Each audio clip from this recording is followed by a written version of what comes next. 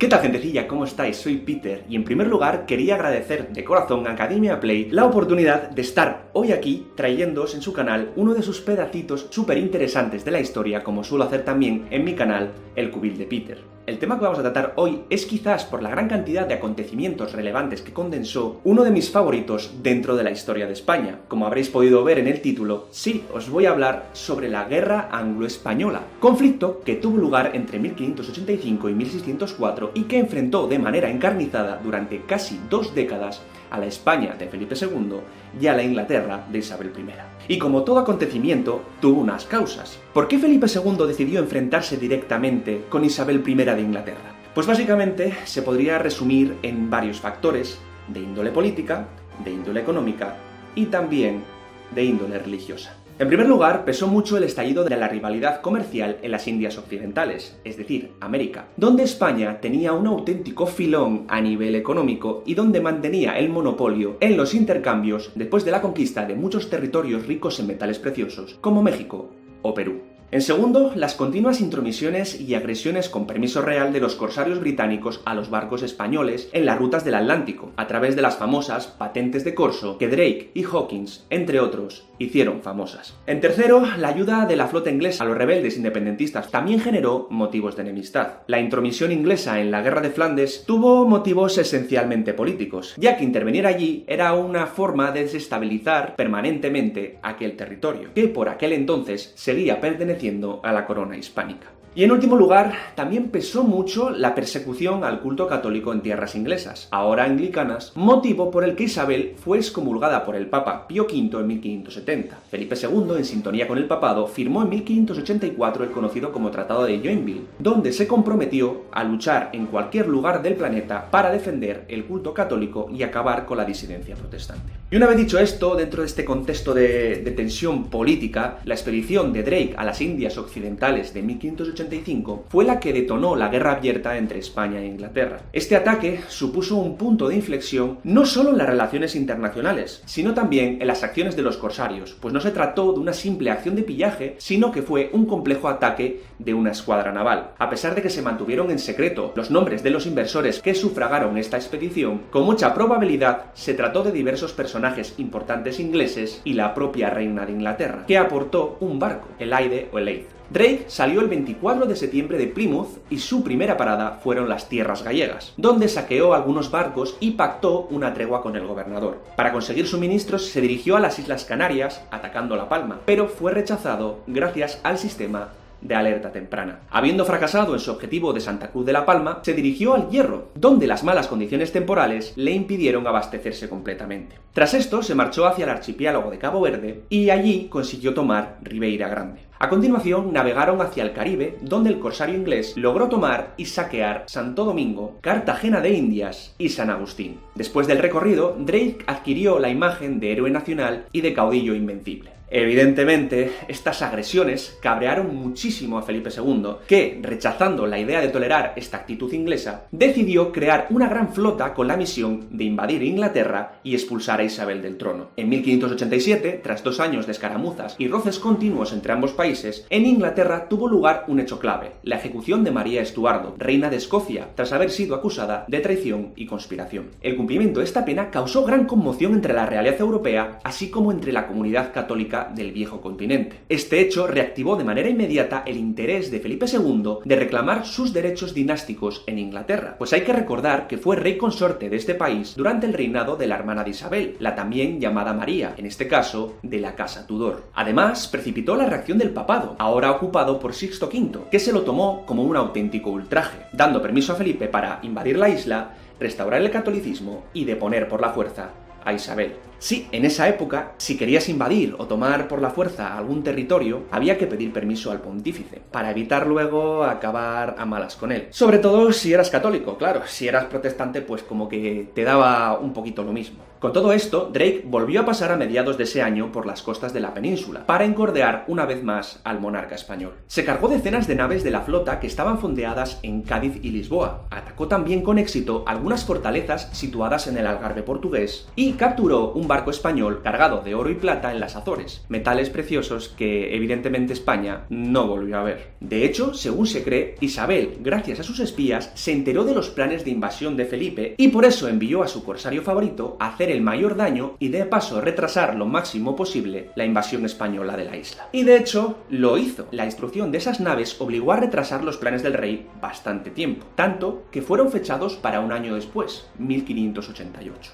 Tras esto se trazó un nuevo plan y se rediseñó una gran flota en puertos españoles que fue conocida como la Grande y Felicísima Armada, formada por una cifra aproximada a los 130 barcos que partieron de Lisboa al mando del séptimo duque de Medina Sidonia, Alonso Pérez de Guzmán, quien antes de todo esto había intentado declinar el liderazgo de la empresa. Relacionado con lo anterior, cabe decir que en un principio la escuadra española iba a ser liderada por Álvaro de Bazán, que no había perdido un combate en su vida, pero en febrero de 1588 falleció. La Armada Española se encontró con la flota inglesa liderada por Charles Howard frente al Canal de la Mancha, esperando la llegada de refuerzos desde Flandes. Sin embargo, la descoordinación entre los mandos españoles fueron aprovechados por los ingleses para frustrar la pretensión española de reunir la flota del duque de Medina Sidonia con el ejército del duque de Parma, Alejandro Farnesio. Felipe había escogido una opción estratégica que aunó la propuesta del fallecido Álvaro de Bazán de una invasión directa desde España y la de Alejandro Farnesio, que propuso una acción rápida del ejército de Flandes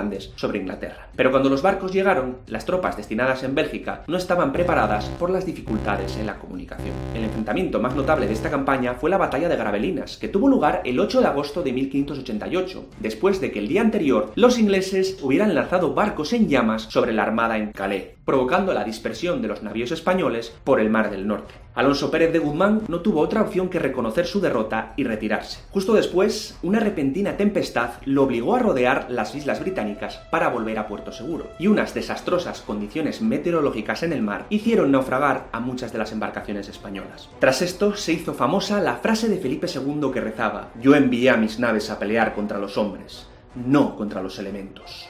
No obstante, contrario a lo que se pueda pensar, las pérdidas españolas no fueron tan catastróficas como se ha hecho creer durante mucho tiempo. Tras los enfrentamientos y sobre todo el abrupto regreso, se estima que se perdieron solo 37 barcos, retornando el resto de nuevo a España, aunque algunos historiadores ensanchan las cifras. Estos hechos provocaron el disgusto y sobre todo el enfado del rey, que tuvo que ver cómo su sueño de invasión y venganza se desvanecía para siempre. Sin olvidarnos también de la sorna de los ingleses, que, en tono irónico, comenzaron a denominar a aquella armada la Invencible.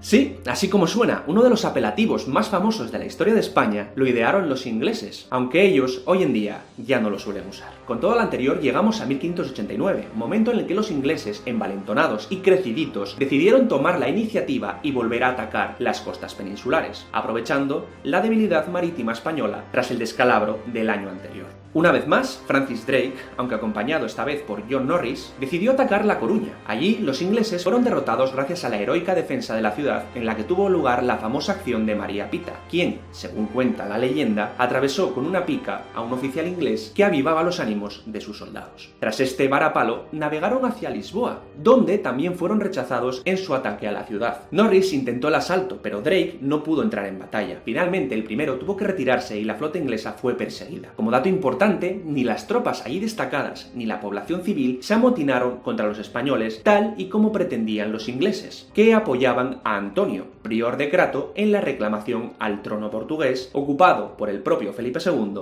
desde 1580. A todo este episodio se le conoció como el fracaso de la contraarmada, en este caso inglesa, pues Drake partió hacia España con 180 barcos aproximadamente y acabó perdiendo una cifra que oscilaba entre 40 y 50. Sin embargo, pese a haber sido un desastre muy parecido al español apenas un año antes, poco o nada se sabe sobre el mismo en la cultura popular. Curioso, ¿verdad? Tras estos acontecimientos, la guerra se suavizó durante un tiempo, no pasando de ataques puntuales de corsarios como los de Frobisher y Hawkins a la flota comercial española que navegaba hacia las Indias en el Atlántico. En este sentido, cabe destacar que se diseñó un sofisticado y potente sistema de defensa y de escolta de estos convoyes comerciales que disuadió y dispersó en muchas ocasiones a grupos organizados de piratas y bucaneros en sus intenciones de asalto, consiguiendo con ello mantener durante varias décadas más a España la hegemonía comercial en ultramar. Unos cuantos años después, en los últimos meses de 1595 y primeros de 1596, Hawkins y Drake sí Ambos, otra vez, atacaron Las Palmas de Gran Canaria, lugar del que salieron escaldados, dirigiéndose rebotados hacia tierras americanas con la intención de atacar y saquear Puerto Rico y Panamá. Sin embargo, esta vez las fuerzas españolas estuvieron bastante más finas y tuvieron conocimiento previo de las intenciones de ambos corsarios. Gracias a esto, cuando ambos llegaron al Caribe, se encontraron con plazas preparadas y listas para defenderse. Tanto que ambos encontraron allí la muerte. El primero, Hawkins, murió en la batalla de San Juan, aunque no se sabe si por enfermedad, versión inglesa, o por culpa de un cañonazo, versión española. El segundo, Drake, murió durante el ataque a Panamá en enero de 1596, en este caso, donde parece haber consenso entre versiones, víctima de la disentería. Después de estos hechos, hubo algún enfrentamiento más entre ambos contendientes en aguas del Atlántico, pero no del calado y la relevancia de los anteriores. Felipe II no pudo ver el final del conflicto, pues su muerte en 1598 hizo que su hijo Felipe III recogiese el testigo de las hostilidades. Sin embargo, este se mostró partidario del fin de la guerra desde los primeros meses de su reinado. De hecho, en 1600, a iniciativa española, tuvieron lugar conversaciones de paz en la localidad francesa de Boulogne-sur-Mer, que, tristemente, acabaron siendo un auténtico desastre. Tras varias batallas más, no muy relevantes en el contexto global del conflicto, en las que se repartieron las derrotas españolas y las derrotas inglesas, la muerte de Isabel en marzo de 1603 allanó el camino hacia la paz. Su sucesor, Jacobo I Estuardo, compartía los mismos anhelos de paz que Felipe III, especialmente por el tremendo agotamiento de las arcas públicas que había provocado el longevo enfrentamiento entre ambos países. Las negociaciones de paz que pusieron fin a la guerra anglo-española tuvieron lugar en la capital inglesa, Londres, concretamente en Somerset House. De ahí que a este acontecimiento se le conozca, valga la redundancia, como la Conferencia de Somerset House. Allí se firmó el 28 de agosto de 1604 el famoso Tratado de Londres, que en cómputo global fue mucho más beneficioso para España que para la propia Inglaterra, pues esta se comprometía a dejar de prestar ayuda a los rebeldes holandeses y detener sus interrupciones al comercio y el transporte transatlántico español.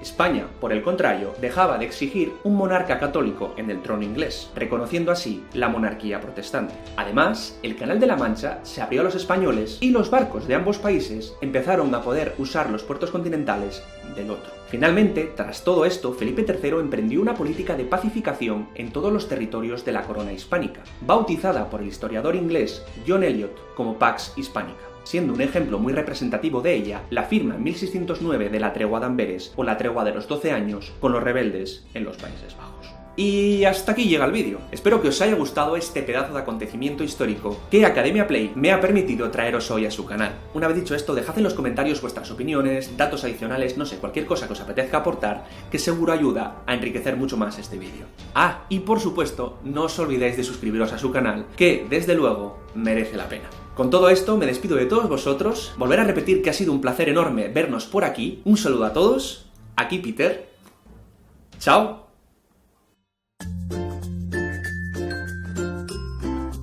Querido suscriptor, al lado del botón de suscripción hemos añadido un botón de patrocinar. Si patrocinas el canal obtendrás una serie de ventajas. Como emojis personalizados, podrás garantizar la viabilidad económica del canal. Haremos directos privados, podrás ver los vídeos antes que nadie y podrás elegir qué vídeo quieres que hagamos. Solo son 4,99 € al mes, puedes pagar a través de PayPal o a través de cualquier otro método. Solo hay que darle a comprar y ya está.